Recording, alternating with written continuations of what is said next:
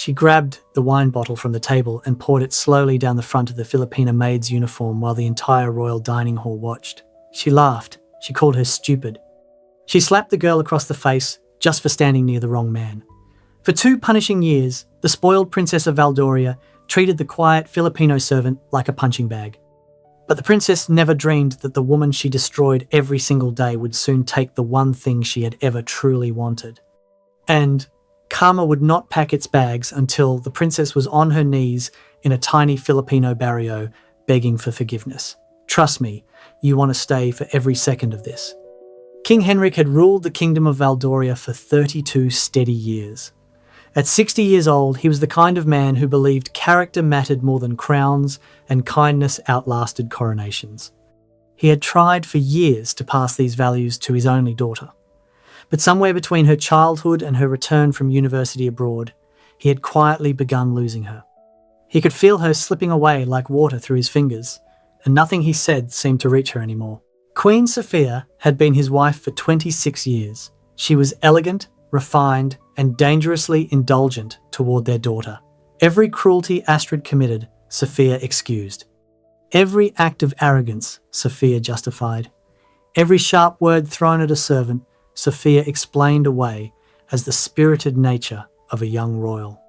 She would wave her hand and say, the girl was simply misunderstood, simply passionate, simply young. King Henrik watched this for years in growing silence, knowing the woman he loved was enabling the daughter he was slowly losing forever. Princess Astrid was 23 years old. She had a face that could stop a room and a heart that could curdle milk. 4 years studying in Canada had not refined her. They had hollowed her out completely. She returned to Valdoria colder, prouder, and more entitled than when she had left. She treated palace servants like furniture. She measured every human being she met by their bank account, their title, and absolutely nothing else. If you had no use to her, you did not exist. Among the palace household staff was a 20-year-old Filipina maid named Lina Morales. She had arrived from a small barrio in Bohol 6 months earlier through a certified domestic placement agency that supplied staff to the royal household. Her mother was seriously ill. Her 2 younger siblings needed school fees. She had taken the position not because she wanted it, but because it was the only path she could see to save the people she loved most. Lina earned more in 1 month in Valdoria than she could earn in an entire year back home. She was calm, respectful, and tireless. She had 3 years of prior domestic experience from a wealthy household in Manila, and that record was the only reason she had qualified for palace placement. Every morning before dawn, she prayed quietly in her tiny servant's room. Every month, she sent nearly her entire paycheck home to her mother without keeping a single peso for herself. She lived on necessity alone. Her quiet dignity earned something rare in that palace: respect. The head butler noticed it, the kitchen staff noticed it, even the youngest stable boy noticed it. King Henrik first saw it one evening when she served wine at a state dinner. He watched her move through the dining hall with a stillness and grace his own daughter had never possessed, not once in 23 years. He said nothing that night, but his eyes followed her from that evening forward, and what he saw stayed with him. The first cruelty from Astrid came at breakfast one morning, casual and deliberate. She announced loudly, for everyone to hear, that Lina's Filipino accent was embarrassing and that she should never open her mouth in front of guests again. Queen Sophia let out a soft laugh behind her teacup. Lina lowered her eyes and continued serving without a word. That afternoon, she locked herself in the laundry room for 10 minutes and let herself cry. Then she washed her face, straightened her uniform, and walked back out like nothing had happened. She told no one. The cruelties escalated month by month. Astrid smashed a porcelain vase during a private tantrum and blamed Lina publicly in front of the entire household staff. Queen Sophia backed her daughter without asking a single question. Lina was ordered to pay for the broken vase from her own wages. She sent half her usual amount home to her mother that month. In her letter, she wrote only that everything was fine and not to worry. Her mother never knew the truth. There was one night during those months when Lina almost broke. She sat alone in her small room and wrote a long letter in Tagalog describing everything, every insult, every humiliation, every moment Astrid had made her feel like nothing. She folded the letter carefully, stared at it for a long time, and then held it over the flame of her candle and watched it burn to ash. She could not burden her sick mother with her pain, so she knelt beside her bed, prayed until her heart steadied, and went back to work the next morning. That same week, in California, American billionaire Richard Vale picked up his phone and called the palace directly. Richard had built a business empire from nothing over 40 years. He was a self-made man who valued substance over status. He had one son, Ethan, 26 years old, disciplined and guarded. Refusing to marry because every woman who approached him seemed interested only in the family fortune and nothing else, Richard asked King Henrik if Ethan could visit Valdoria to meet Princess Astrid. Both fathers had quietly hoped for this match for years. King Henrik agreed, not because he believed in the match, but because he loved Richard like a brother and owed him the courtesy of the visit. Privately, he already doubted his daughter was the kind of woman Ethan deserved. He said nothing of this on the call. He confirmed the dates, hung up the phone, and stood alone at the palace window staring out at the gardens. Something about this visit unsettled him deeply. He could not explain why. He only knew that something was coming, and it would not be what anyone expected. When Astrid heard the news from her mother that evening, she nearly fainted with excitement. She ordered 6 new gowns from Paris within the hour. She hired a vocal coach to soften the sharp edges of her voice. She hired a manner consultant to teach her how to appear warm. The pretending began 2 full weeks before Ethan ever arrived. She stood in front of her mirror for hours, practicing gentle smiles she had never once aimed at a single living soul inside that palace. The palace transformed. Flowers arrived from Holland. Banquets were planned down to the last detail. Lina was assigned extra cleaning duties because Astrid demanded every surface be flawless for the man she had already decided would become her husband. Lina worked 16-hour days for 2 straight weeks without a single complaint. She lost noticeable weight, her cheekbones sharpened, shadows formed beneath her eyes, but every payday she still sent her full wages home to her mother. She kept nothing, not even enough to buy herself a new pair of work shoes. Stay with me now, because the moment Ethan arrives, everything in this story begins to shift in ways no one inside that palace saw coming. Ethan Vale stepped out of the car on a cold autumn morning, tall, calm, and dark-eyed. He missed nothing. He had grown up surrounded by women who only saw his last name and the empire behind it. He had built a careful wall around his heart that no one in 26 years had managed to crack. He arrived in Valdoria expecting another carefully arranged disappointment and carrying no expectations whatsoever. He was not looking for love. He had long since stopped believing in it. Astrid performed beautifully at the welcome dinner. She laughed at every one of Ethan's quiet remarks. She touched his arm gently when she spoke. She wore a stunning gown chosen specifically to hold his attention. Ethan responded politely, but his observant eyes moved quietly around the room. Then they stopped. They landed on a small Filipina maid pouring wine steadily near the far wall. She never spilled a drop. She never once raised her eyes uninvited. She moved like water. Then the first crack appeared. Lina poured the king's wine one moment too slowly, and Astrid snapped at her sharply in front of the entire table. She called her clumsy and slow in words that needed no translation. Lina simply bowed her head, apologized softly, and finished pouring with the exact same steady composure she had kept all evening. Ethan watched every second of the exchange without speaking a single word. His jaw tightened almost imperceptibly. He said nothing, but he did not forget. The next morning, Ethan walked alone through the palace garden. He rounded a corner near the rose beds and stopped. Lina was kneeling in the dirt pulling weeds the head gardener had missed. Her hands were already covered in soil. Her uniform had grass stains on both knees. She was doing extra work no one had asked her to do, simply because she had noticed it needed doing and could not walk past it. She had not expected anyone to see her. Ethan approached quietly. Lina heard him, stood immediately, and apologized for being in his way. He asked her name. She said it softly without fully raising her eyes. He asked what had brought her all the way to Valdoria. She said simply that her family needed the money and that she was grateful for the work. Ethan said nothing more. He rolled up the sleeves of his expensive white shirt, knelt beside her in the dirt, and helped her pull weeds for a full hour in comfortable silence. She did not try to impress him. She did not perform. She simply continued working, and that was the thing that struck him most. Astrid had been watching from her bedroom window the entire time. She watched Ethan kneel beside the maid in the palace garden. She watched his face closely. She saw him smile at something Lina said quietly near the end of the hour.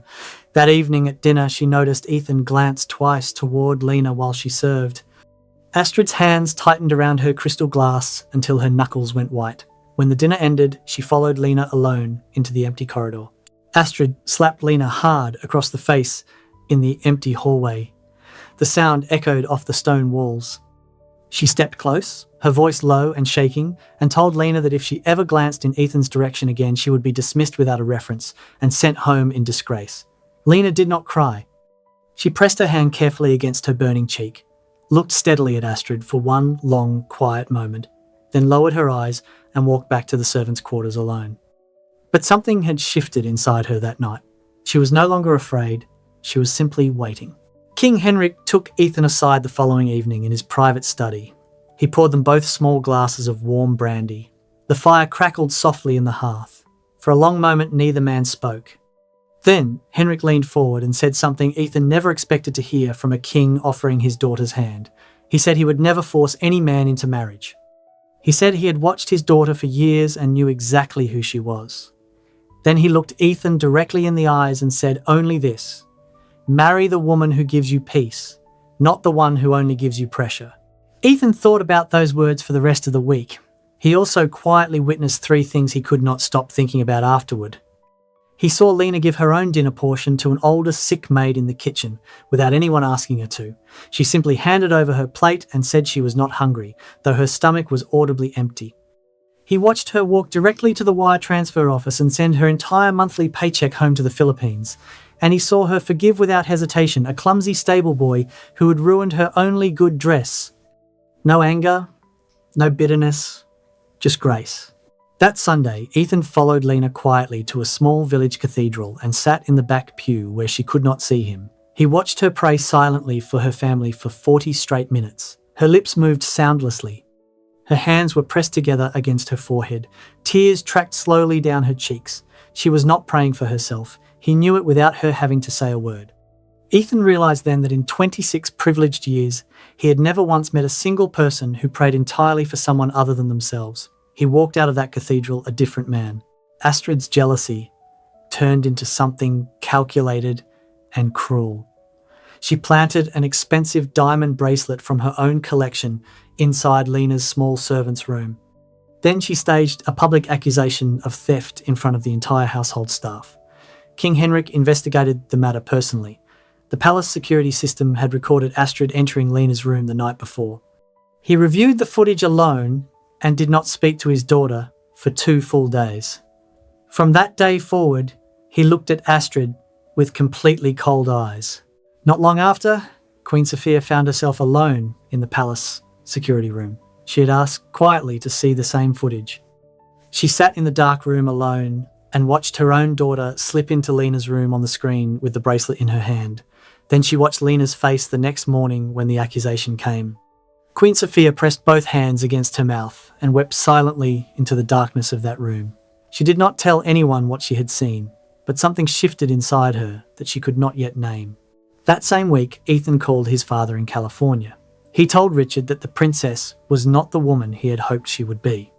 He told him about a certain maid with steady hands, about hours spent pulling weeds in the garden, about a girl who sent every dollar home and cried only for others. Richard was silent for a long moment. Then he said quietly that Ethan had always had good instincts and he should trust them. Ethan hung up the phone and felt the wall around his heart crack wide open. Ethan found Lina alone in the palace kitchen at midnight, cleaning up after a banquet. He approached her gently. He told her he had arrived in Valdoria expecting to find a suitable wife. He told her he had found something far rarer than suitable. He looked directly into her dark eyes and asked her softly if she would consider spending her life with him. Lina stared at him for one long moment and then burst immediately into tears. Through her tears, Lina told him she was only a maid. She said people would tear him apart if he married someone like her. She said his family would never accept her. She said she would embarrass him in every room they entered together. She begged him to choose a woman from his own world. She begged him not to throw his life away on someone like her. Her tears fell onto the cold marble kitchen floor, and still she kept asking him to walk away. Ethan listened to every word without interrupting once. When she finally fell silent, he told her the truth quietly. He had spent his entire life surrounded by women from his own world. Heiresses, socialites. Women with perfect pedigrees and empty hearts. Not one of them had ever made him feel less alone, not one. He told Lina she had shown him more genuine dignity in a few weeks than he had witnessed in 26 years combined. He took her trembling hands gently in his and asked her once more. This time, with absolute certainty, Lina accepted. Not because of his money, not because of his name, not because of the American empire standing behind him. She accepted because, for the very first time in her life, someone had looked at her completely and chosen her entirely. She told him with quiet firmness that her mother must approve the marriage before any further steps were taken. Ethan smiled deeply and kindly and said he would not want it any other way. He flew her mother to Valdoria within the week. Stay right here, because the farewell dinner is coming and it is one of the most powerful moments in this entire story. The grand farewell dinner arrived. The palace court was fully assembled. Every dignitary, every advisor, every titled guest sat around the long, glittering table. Ethan stood, and the room fell silent. He announced he had chosen the woman he would marry. Princess Astrid rose immediately from her chair, a brilliant smile spreading across her face, completely certain the announcement was meant for her. She began to step forward. Then Ethan walked slowly across the entire length of the dining hall. He walked past Astrid without a single glance. He walked to the far wall, where Lina Morales stood quietly, still holding her serving tray, invisible to everyone in the room except him. He took her hand. The room went absolutely silent. Astrid screamed. The sound was ragged and raw. She hurled her crystal champagne glass against the marble wall, where it exploded into 1,000 pieces. Queen Sophia shot to her feet, shouting that this was impossible, an outrage, an unforgivable insult against the royal family. King Henrik rose slowly from the head of the table. He raised one hand, and the room fell deathly silent. He looked directly at his daughter. His voice was quiet, calm, devastating. You have spent years showing me exactly who you are. This woman showed me in 2 weeks who you should have been. 3 months later, Ethan and Lina married in her small barrio in the Philippines. The ceremony was held in a simple white chapel overflowing with thousands of sampaguita flowers. Their scent filled the warm tropical air. Lina's mother wept throughout the entire service. Her 2 younger siblings carried the rings down the narrow aisle with careful, proud steps. Richard Vale flew from California to embrace his new daughter-in-law personally. The entire village danced together long into the warm night. Laughter and music spilled out of every doorway. It was the happiest evening of Lina's entire life. 1 year after the wedding, Lina worked beside Ethan in the family business in California. Her quiet intelligence and genuine warmth had earned deep respect from every executive and employee in the company. She personally funded a scholarship program for Filipino students studying in America. She built a free medical clinic in her home barrio in Bohol. She became the most admired woman in the entire Vale Empire without ever trying to be. Ethan told his father one evening over drinks that marrying Lina was the only decision in his life he had never questioned, not for a single moment. Meanwhile, in Valdoria, Princess Astrid sat alone in her palace bedroom scrolling through photographs of Lina's new life on her phone. She had refused every suitor presented to her since Ethan's departure.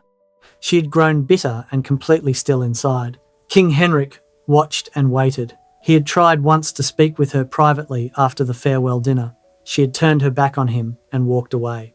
He understood then that consequence would be her only teacher. Not conversation, not punishment, consequence. That spring, a 31-year-old Filipino groundskeeper named Emilio Santos joined the royal estate. He was calm, weathered by years of honest outdoor work, and completely unintimidated by Astrid's temper. On his first day, when she insulted him sharply, he simply looked up from the soil with patient eyes and said gently that he hoped whatever was hurting her would find peace. Then he returned to his planting without another word. Astrid stood frozen. No one had ever spoken to her like that in her entire life. Out of loneliness and genuine curiosity, she began watching him each afternoon from her bedroom window. A careful private relationship grew slowly over many months. 6 months later, Astrid discovered she was pregnant. She told her parents privately. Queen Sophia's face went white. King Henrik did not shout. He spoke quietly, and his words were final. Astrid would travel to the Philippines and live with Emilio's family, until she had learned what she should have been taught as a small child. Queen Sophia, for the first time in her life, did not argue. She simply watched her daughter pack a small bag and felt a strange, painful hope twisting in her chest. Arrangements were made discreetly. Astrid departed within the week, carrying almost nothing with her. Astrid arrived in a small barrio in the Philippines with no air conditioning, no servants, no privacy, and no one to impress. She complained about everything for the first 2 weeks. The heat, the food, the mosquitoes, the lack of hot water. She refused to eat. She cried alone in the bathroom every single night. Emilio's elderly mother spoke almost no English, but prayed quietly for Astrid every single morning without expecting anything in return. Astrid watched this woman kneel by her bedside in the dim morning light and felt something unfamiliar beginning to move inside her chest. One night, Emilio's mother became seriously ill. Her fever spiked and her breathing grew laboured. Emilio was away working hours from the house. Astrid was the only person there. For the first time in her entire life, there was no one to call, no servant to summon, and no mother to excuse her from responsibility. She stood frozen in the doorway for one long moment, then she moved. She knelt beside the elderly woman's bed. She bathed her gently with a cool cloth. She cooked rice porridge from the simple recipe she had watched Emilio make. She held the woman's wrinkled hand through the entire long night and did not let go until the fever broke at dawn. That single night cracked something open inside Astrid that 23 years of luxury had sealed shut. 3 months later, she gave birth to a healthy baby girl. She named her Sophia Lina, after her own mother. And after the woman she had treated so cruelly. Over the following year, she learned to cook adobo properly, her hands moving with a confidence she had never possessed before. She learned to wash dishes by hand without complaint. She learned to say po and opo with genuine respect, the words softening naturally on her tongue. She learned, slowly, what it truly meant to serve someone else before yourself. 6 months after the birth, Queen Sophia flew quietly to the Philippines alone, without announcing the visit to anyone in the palace. She arrived at the small barrio house expecting to find her daughter broken and miserable. She had prepared herself for the worst. She walked up the narrow dirt path, heart pounding, and pushed open the door and stopped. There was Astrid in the kitchen, cooking rice porridge for Emilio's elderly mother, her hair tied back, simply, no makeup, no jewellery, laughing softly at something the old woman had just said to her in halting Tagalog. Queen Sophia stood frozen in the doorway, watching her daughter for a long time without speaking. She watched Astrid lift her baby daughter from a woven basket and press her gently against her chest while still stirring the pot with her free hand. She watched Astrid kiss the baby's forehead and whisper something tender in her tiny ear. Sophia pressed both hands against her own mouth and began crying silently. She could not move. Then Astrid turned and saw her mother standing there in the doorway and the wooden spoon still in her hand. They held each other for a very long time without speaking. When Sophia finally found words, she told Astrid she was sorry. Not sorry that Astrid was here. Sorry that she had spent years excusing every cruelty instead of correcting it. Sorry that she had laughed behind her teacup instead of teaching her daughter what genuine dignity looked like. Sorry that she had enabled a monster and called it love. She said she had needed to fly 10,000 kilometers to a small barrio to finally understand what she had failed to give her own daughter. Astrid held her mother tighter and let her cry. Astrid wiped her mother's tears gently with her bare hand.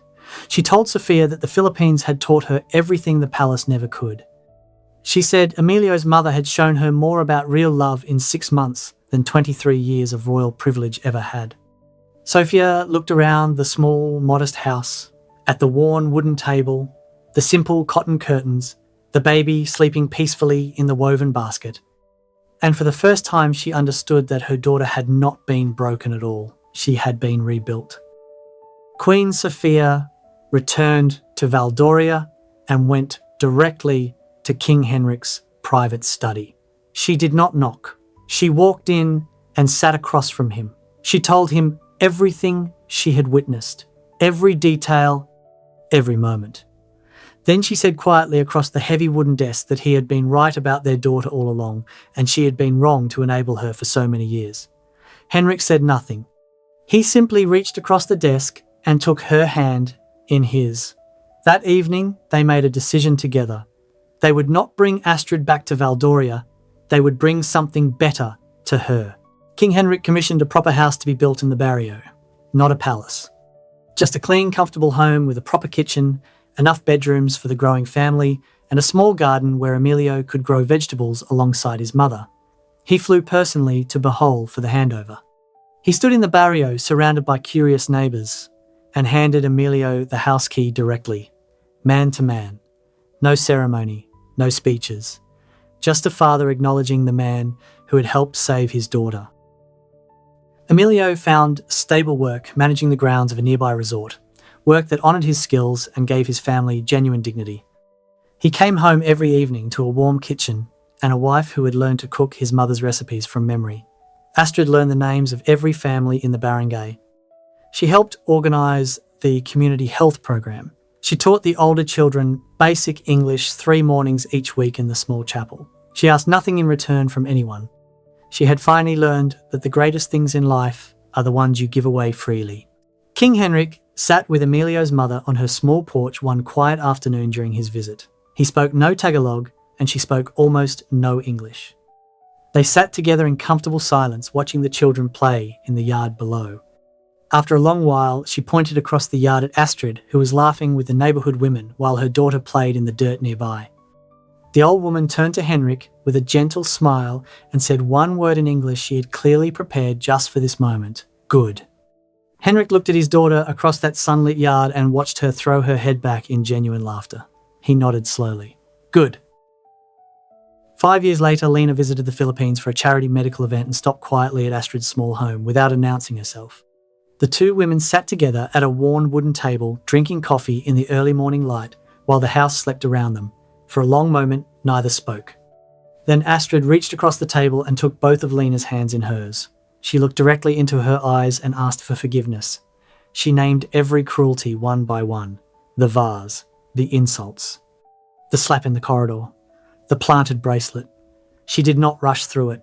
She needed Lina to hear every single word. Lina listened to every word in silence. When Astrid finished, her face was wet with tears and her hands were trembling in Lina's. Lina looked at her for one long, quiet moment. Then she squeezed Astrid's hands gently and forgave her. Without hesitation, without conditions, without making her beg, Astrid wept. She told Lina she finally understood what Lina had carried every single day inside that cold palace. She said she was sorry for every moment of it. Through the open window, the sound of children laughing drifted into the small room. Astrid's daughter and Lina's young son chased each other through the yard under the same wide, warm Filipino sky. Two women who had once stood on opposite sides of a vast divide now sat at the same worn wooden table, and the distance between them was finally gone. Comment Pinoy with a love emoji if you believe a humble heart will always outlast a cruel one.